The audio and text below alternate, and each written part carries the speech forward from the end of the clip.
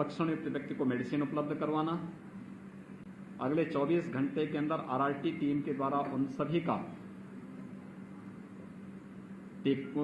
का टेस्ट कराना, ये सभी कार्यक्रम चलते रहे। आदरणीय प्रधानमंत्री जी का मार्गदर्शन, भारत सरकार का भरपूर सहयोग, कोरोना की दूसरी लहर को भी पूरी तरह नियंत्रित करने के बाद तीसरी लहर की जो आशंका व्यक्त की जा रही है उस पर हम लोग कार्य कर रहे हैं। खासतौर पर तीसरी लहर के बारे में जो आशंका व्यक्त की जा रही है, यद्यपि उसमें कोई सशंकित होने की आवश्यकता नहीं, किसी प्रकार की भयभीत होने की आवश्यकता नहीं, लेकिन सतर्कता और सावधानी आवश्यक है। क्योंकि जिस समय तीसरी लहर के बारे में आशंका व्यक्त की जा रही है वह समय तमाम प्रकार की उन विषाणुजनित बीमारियों की प्रति भी अत्यंत संवेदनशील समय होता है, जब मलेरिया है, डेंगू, कालाजार, चिकनगुनिया, इंसेफ्लाइटिस से तमाम प्रकार की बीमारियां आती हैं और ये सभी क्षेत्र उसके प्रति कहीं न कहीं संवेदनशील रहते हैं। राज्य सरकार ने अभी से इसकी तैयारी प्रारंभ कर दी है। स्वच्छता, सैनिटाइजेशन, फॉगिंग, शुद्ध पेयजल की आपूर्ति की कार्रवाई हो या फिर अभिभावक स्पेशल बूथ के माध्यम से हर जनपद में अभिभावकों को 12 वर्ष से छोटी उम्र के जितने भी बच्चे हैं उनके अभिभावकों को प्राथमिकता के आधार पर वैक्सीन उपलब्ध करवाना और वैक्सीन से उन्हें कोरोना का सुरक्षा कवच उपलब्ध कराना, यह कार्य भी प्रदेश के अंदर युद्ध स्तर पर चल रहा है और हम लोगों ने इसके लिए अभिभावक स्पेशल बूथ हर एक जनपद में स्थापित किए हैं। बलिया जनपद में भी सफलतापूर्वक आगे बढ़ रहा है। पीडियाट्रिक आईसीयू के निर्माण की कार्रवाई भी हमारी हर जनपद में प्रारंभ हुई है। जहां मेडिकल कॉलेजेज हैं, मेडिकल कॉलेजेज में 100 बेड्स के हमारे आईसीयू बन रहे हैं। डिस्ट्रिक्ट हॉस्पिटल में 25 से 30 बेड्स के हम लोगों ने पीको के निर्माण की कार्रवाई की है। कुछ सीएससीज को भी हम इसके साथ जोड़ रहे हैं, जहां मिनी पीको के निर्माण की कार्रवाई युद्ध स्तर पर चल रही है। और भी इसके लिए जो भी सावधानी होगी इन सबको करने के साथ ही बच्चों की संभावित खतरों को देखते हुए, वो वायरल फीवर हो, मलेरिया, डेंगू, कालाजार, चिकनगुनिया या फिर कोरोना ही क्यों न हो, एक व्यवस्था बनाई जा रही है कि अभी से हम जैसे सेकेंड वेव में निगरानी समितियों के माध्यम से और आरआरटी के माध्यम से हम लोगों ने मेडिसिन किट वितरित किए थे, ऐसे ही इसमें भी हम लोगों ने एक प्रयास प्रारंभ किया है कि 26 जून के बाद व्यापक पैमाने पर निगरानी समितियां जनप्रतिनिधियों के मार्गदर्शन में हर विधानसभा क्षेत्र में विशेष अभियान प्रारंभ करेंगे और इसे पर्याप्त मात्रा में दवा हर एक जनपद में भेजी गई। इसमें 4 हमने श्रेणियां तय की हैं: 0 से 1 वर्ष की उम्र, 1 से 5 वर्ष का उम्र, 5 से 12 वर्ष की उम्र के बच्चे और 12 से लेकर के 18 वर्ष के युवाओं को भी इसके साथ जोड़ा है। 4 प्रकार के पैकेट हर एक जनपद में पर्याप्त मात्रा में भेजे जा रहे हैं। हमारी निगरानी समितियां डोर टू डोर सर्वे करके इस आयु वर्ग के जो ही बच्चे कहीं भी कोई लक्षण दिखाई देगा, फीवर है, सर्दी जुकाम है, उन्हें मेडिसिन किट उपलब्ध कराएंगे और अगले 24 घंटे के अंदर उनका फिर आरआरटी के माध्यम से टेस्ट करवाने की व्यवस्था। ये 4 प्रकार के कार्यक्रम हम लोगों ने अभी से अपना प्रारंभ कर रहे हैं। वैक्सीनेशन का कार्यक्रम सफलतापूर्वक चल रहा है। वैक्सीनेशन के कार्यक्रम में पूरे प्रदेश में अब तक हम लोग 2,46,00,000 से अधिक लोगों को वैक्सीन उपलब्ध करा चुके हैं। 18 से 44 वर्ष की आयु वर्ग के 53 लाख से अधिक लोगों ने अभी तक उत्तर प्रदेश में वैक्सीन लिया है और बलिया जनपद में भी 2,64,000 से अधिक लोगों ने वैक्सीन लिया है।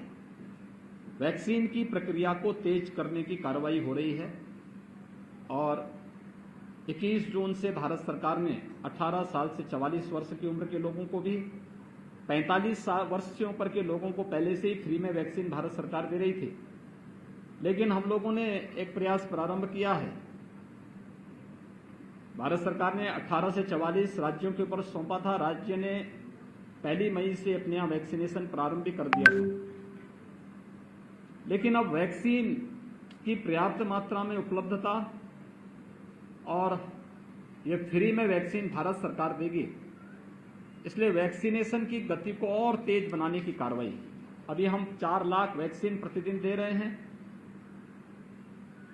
21 जून के बाद हम इसे 6 लाख प्रतिदिन करने की ओर बढ़ रहे हैं और जुलाई प्रथम सप्ताह में हमारा प्रयास है कि प्रथम सप्ताह से ही हम लोग 10 से 12 लाख वैक्सीन प्रतिदिन प्रदेश के अंदर उपलब्ध करवाने का कार्य करेंगे। मुझे प्रसन्नता है कि बलिया ने वैक्सीनेशन के इस कार्यक्रम में वेस्टेज को न्यूनतम रखने का प्रयास किया है और मुझे लगता है इसको और भी अच्छे ढंग से आगे बढ़ाया जा सकता है। सेकेंड वेव में एक जो समस्या हमारे सामने आई थी वह थी ऑक्सीजन की आपूर्ति को लेकर के। भारत सरकार के सहयोग से राज्य सरकार ने अपने स्तर से भी, माननीय जनप्रतिनिधियों ने भी इसमें सहयोग किया है। बलिया के अंदर एक ऑक्सीजन प्लांट बनकर के तैयार हो चुका है और चालू भी हो चुका है। 6 नए प्रस्तावित हैं। प्रदेश के अंदर वर्तमान में हम 431 ऑक्सीजन प्लांट या तो निर्मित कर रहे हैं, 100 ऑक्सीजन प्लांट हमारे स्थापित हो चुके हैं, शेष प्रस्तावित हैं और उस पर तेजी के साथ कार्य आगे बढ़ेंगे। उत्तर प्रदेश देश के अंदर सर्वाधिक टेस्ट करने वाला राज्य है। टेस्ट ट्रीट एंड ट्रैक के इस माध्यम से हम लोगों ने मजबूती के साथ इस कार्यक्रम को आगे बढ़ाने का कार्य किया है। तो टेस्ट एंड ट्रीट के इस मंत्र ने कोरोना को नियंत्रित करने में काफी सफलता प्रदेश को दी है और इसको हम निरंतरता प्रदान करेंगे। आपके माध्यम से मेरी अपील होगी जनता जनार्दन से कि वो टेस्ट करने से न भागे। निगरानी समिति आती है, टेस्ट जरूर करवाएं, मास्क का इस्तेमाल भी जरूर करें, भीड़ भाड़ वाले स्थानों में जाने से बचें और मेरी अपील होगी कि वैक्सीन अपनी पारी आने पर जरूर लगाएं। हमारा प्रयास है कि गांव-गांव में हम वैक्सीनेशन के सेंटर स्थापित करें। गांव के पंचायत भवन में, गांव के विद्यालय में, अगर पंचायत भवन में ही कॉमन सर्विस सेंटर चल रहा है तो ये बहुत अच्छी बात है, लेकिन हम गांव-गांव तक पहुंचने का कार्य अगले महीने से प्रारंभ करने जा रहे हैं। तो वैक्सीन अपनी पारी आने पर जरूर लगाएं। हम सब आभारी हैं प्रधानमंत्री मोदी जी के, जिनके प्रयास से कोरोना को देश के यानी दुनिया के अंदर पॉजिटिविटी रेट में अगर आप देखेंगे भारत का रिजल्ट बेहतर है और मृत्यु दर को भी देखेंगे तो दुनिया के तमाम विकसित देशों की तुलना में भारत ने काफी हद तक इसको नियंत्रित करने में सफलता प्राप्त की है। लेकिन इस दौरान जनता के लिए, गरीबों के लिए, आम नागरिकों के लिए भी जो योजनाएं घोषित की हैं, प्रधानमंत्री गरीब कल्याण पैकेज के अंतर्गत अन्न योजना वितरित करने की व्यवस्था, मई से लेकर के दीपावली तक प्रत्येक जरूरतमंद व्यक्ति को खाद्यान्न की व्यवस्था, पर्याप्त मात्रा में खाद्यान्न व्यवस्था ये प्रारंभ हो चुका है।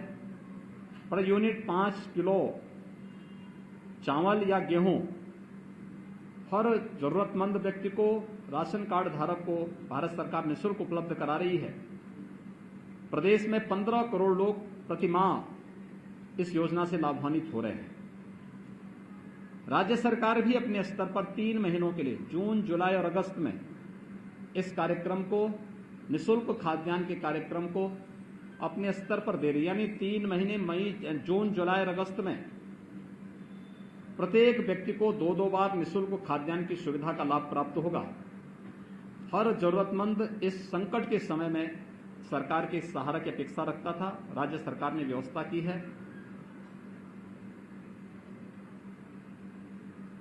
उस वर्ग को जो डेली कमाने खाने वाला है, लेबर क्लास है, स्ट्रीट वेंडर है, कुली है, या गांव में वह व्यक्ति जो अपनी नित्य प्रति के कार्यों के लिए समाज पे निर्भर रहता था, उन्हें भरण पोषण भत्ता देने की कार्रवाई भी अभी हमने विगत दिनों जितने भी प्रदेश के अंदर रजिस्टर्ड श्रमिक थे, ऐसे 23 लाख लोगों को भरण पोषण भत्ता की पहली किस्त उन्हें उपलब्ध कराई है। स्ट्रीट वेंडर या फिर परंपरागत जो हमारे कारीगर हैं, उन लोगों को देने की कार्रवाई युद्ध स्तर पर चली, वेरिफिकेशन की कार्रवाई चल रही है। बहुत शीघ्र उन्हें भी भरण पोषण भत्ता का लाभ प्राप्त होगा। बलिया के अंदर स्वास्थ्य सुविधाएं और बेहतर हों, इसके लिए कुछ प्रस्ताव हम लोगों ने यहां जनप्रतिनिधियों ने मुझे उपलब्ध करवाए हैं। देखिए, एक चीज जिसके बारे में बहुत भ्रांतियां पैदा करने का प्रयास हो रहा है, वह है गेहूं क्रय केंद्रों के बारे में। अगर आप बलिया के अंदर देखेंगे तो कोरोना की सेकेंड वेव में विगत वर्ष की तुलना में, यानी जो आज किसानों से सीधे गेहूं क्रय केंद्र के माध्यम से क्रय करने और डीबीटी के माध्यम से उन्हें धनराशि उपलब्ध कराने की जो कार्रवाई चल रही है, हमने 2017 में प्रारंभ की थी। 2016 की अगर मैं बात करूं, 2016 में केवल 7 लाख मीट्रिक टन गेहूं का क्रय हुआ था। हम लोगों ने कल तक 54 लाख मीट्रिक टन गेहूं का क्रय सीधे किसानों से किया है। बलिया जनपद में 85,000 मीट्रिक टन से अधिक गेहूं का क्रय अब तक किसानों से हुआ है। अगर विगत वर्ष की तुलना हम करेंगे तो विगत वर्ष मात्र 48,000 मीट्रिक टन गेहूं का क्रय हुआ था, तो 48,000 की तुलना में काफी आगे, काफी ज्यादा गेहूं का क्रय हुआ है। लेकिन फिर भी जिला प्रशासन से कहा गया कि जहां भी वो मंडी हो, जहां पे किसान के द्वारा लाए जाने वाली इस उपज को बरसात से बचाया जा सके, क्रय केंद्र वहां पर 22 तक सुचारू रूप से संचालित करें, जिससे हर एक किसान को इससे राहत मिल सके। किसान के हित के लिए, श्रमिकों के हित के लिए, स्ट्रीट वेंडर के हित के लिए, एक सामान्य नागरिक के हित के लिए सरकार पूरी प्रतिबद्ध तरीके से कार्य कर रही है। हम न केवल कोरोना के खिलाफ इस लड़ाई को जीतेंगे, बल्कि विकास की प्रक्रिया को तेजी से आगे बढ़ाते हुए जो स्वास्थ्य सुविधाओं को और बेहतर करने की दिशा में जो प्रस्ताव यहाँ पे हमारे जनप्रतिनिधियों ने उपलब्ध कराए हैं, सरकार उस पर गंभीरतापूर्वक विचार करते हुए उस कार्यक्रम को आगे करेगी। धन्यवाद।